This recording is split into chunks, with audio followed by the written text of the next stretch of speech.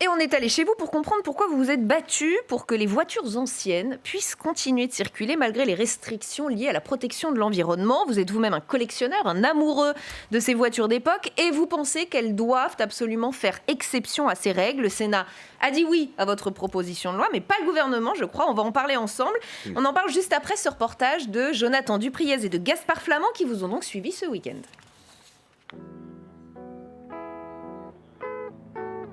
Il est un plaisir que Jean-Pierre Moga ne boude jamais.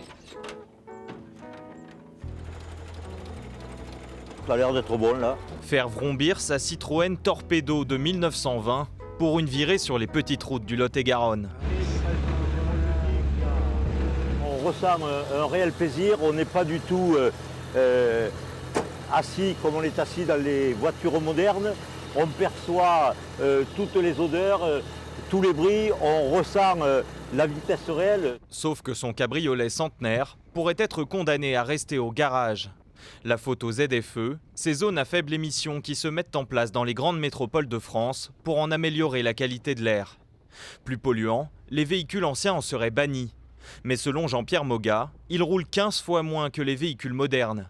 Le sénateur a ainsi fait voter la création d'une vignette spéciale. Cette vignette H, la vignette historique, permettrait aux voitures de collection donc de circuler dans les ZFE, mais encore une fois, pas de circuler de manière régulière, de manière assez, je dirais, occasionnelle, parce que les voitures de collection sortent occasionnellement. L'Assemblée nationale n'a pas encore examiné sa proposition de loi. En attendant, les 200 000 collectionneurs du pays sont dans l'incertitude. On achète des voitures qui sont passablement usées et notre plaisir c'est de les restaurer, de les faire arriver à un stade vraiment qui nous plaît et puis bon, surtout de les faire rouler. Bon, ce n'est pas des voitures qui doivent rester dans un garage. On serait vraiment très très malheureux, très mal à l'aise. On a des motos aussi, quelques belles pièces. Pour le président de la Fédération française des véhicules d'époque, les pouvoirs publics devraient s'inspirer du modèle allemand. L'État fédéral a imposé ça à l'ensemble de ces métropoles en leur demandant de ne pas interdire les véhicules de collection parce que c'est l'histoire, parce que c'est le patrimoine. Tout ceci se passe très bien depuis 12 ans. Donc lorsqu'on a vu cette loi sur les ZFE arriver, on s'est dit, l'exemple à côté, en Allemagne, ça fonctionne depuis 12 ans. Il y a plus de voitures, plus de collectionneurs, plus d'écolos que chez nous.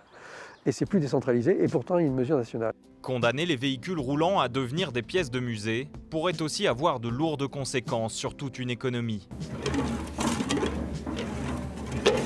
Jean-Marc Vidal est taulier formeur dans le Lot-et-Garonne. Cet artisan vit de ses bolides d'exception. On redonne vie à notre patrimoine, c'est ce qui est sympa. Moi, mon intérêt, c'est surtout de faire jamais les mêmes voitures. J'aime bien. La majeure partie de son chiffre d'affaires, 65 000 € par an, est réalisée grâce à des véhicules en état de marche qu'il faut entretenir. S'il ne roulait plus, Jean-Marc verrait son activité fortement menacée. Ça sera une catastrophe, oui. Le client qui a un véhicule, il va avoir de l'entretien à faire. En roulant, il peut avoir un choc sur son véhicule, il va revenir me voir pour lui réparer. S'il doit avoir un véhicule, le laisser dans son garage, aucun intérêt. En France, le secteur des véhicules anciens est loin d'être anecdotique. Il pèse 24 000 emplois et 4 milliards d'euros de chiffre d'affaires.